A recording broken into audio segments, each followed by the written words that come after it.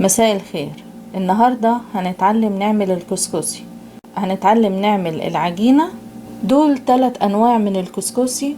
نوع بالدقيق الأسمر الهول ويت، والنوع ده بالدقيق الأبيض، والنوع ده بالدقيق السميد اللي هو السيمولينا. ده أنا عملته امبارح وسبته، غطيته بس بفوطة كده عشان ما يتكلكعش، وحتى هو ناشف كده وزي ما احنا شايفين حباته صغيرة. انا النهاردة هعمل بالدقيق الابيض. بالدقيق الابيض نفس الطريقة ونفس المقادير باي نوع من انواع الدقيق، الدقيق السيمولينا او الدقيق الاسمر. بالنسبة للمقادير العجينة،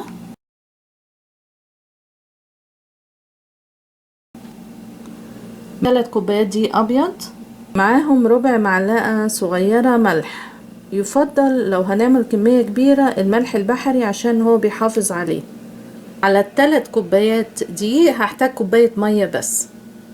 الكسكسي النهاردة انا هعمله في الكبة، طبعا ممكن يتعمل بالايد.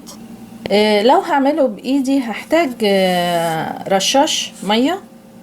لو هيتعمل بالايد تكون عندي بولة كبيرة او صينية كبيرة اعمل فيها، ارش شوية مية واقعد افرك بايدي بكف ايدي كده لحد ما تكون عندي حبيبات صغيرة زي المقاس ده بالظبط. الطريقة دي طريقة قديمة قوي وكانش عندهم كبة ولا اي حاجة، فكان بياخد منهم وقت طويل. لكن طبعا دلوقتي كل بيت فيه كبة، فممكن بسهولة جدا نعمله وما ياخدش مننا دقايق. تعالوا نشوف الطريقة. قبل ما ابتدي اشتغل اجهز اي صينية كبيرة عندي عشان انخل عليها. اجهز مصة سلك تكون الفتحات بتاعتها واسعة، يعني انا عندي واحدة تانية هنا دي فتحات صغيرة يفضل، يعني لان الفتحات الصغيرة هتنزل لي الحبيبات صغيرة جدا، فدي مقاسها حلو قوي. وطبعا ممكن نلاقي المصافي دي في اي حتة اللي هي بفتحات واسعة. وبعد كده احط ربع معلقة الملح على المية واقلبها، انها مش هتدوب، الملح مش هيدوب في الدقيق وانا بضربه مع المية. بالنسبة للكبة المقاس ده مش اكتر من 3 كوبايات دقيق، يعني لو هعمل كمية كبيرة استخدم 3. احط الدقيق الاول كله. بعد ما حطيت الدقيق واول ما ابتدي اشغلها على سرعة اللي هي الواطية اللي عندي، ابتدي احط المية بشويش خالص، يعني ما احطهاش كلها مرة واحدة لحد ما يتكون عندي الحبيبات الكسكسي نفسه. في الوقت ده اوقف المية ما زودش. بس لو عجنت مني وحسيت ان المية كترت احط شوية دقيق واشغلها تاني.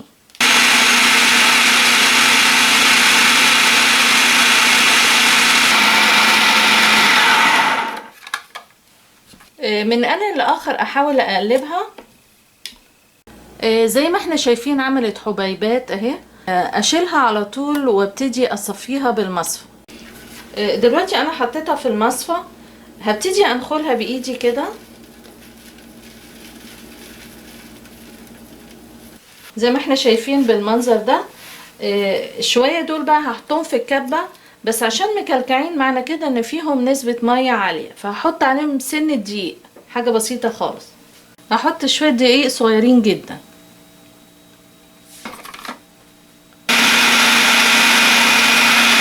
كده، كله بقى حبيبات صغيرة.